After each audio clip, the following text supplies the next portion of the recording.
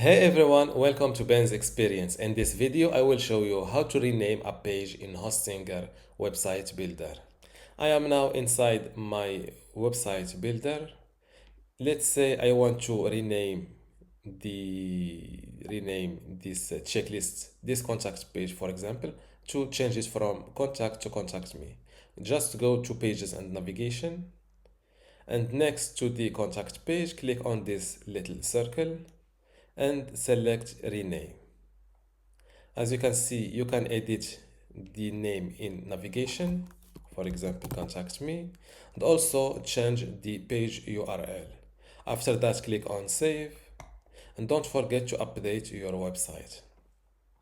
And this is how to rename a page in Hostinger Website Builder. Before you go, I have something special for you. I have two free online video courses for you. The first one is about Hostinger hosting and WordPress managing, and the second one shows you how to use Hostinger Website Builder to make basic websites or online shops. You can get them both for free just by clicking the link in the description. If you like this video, give it a thumbs up and subscribe. If you have any question, leave a comment below.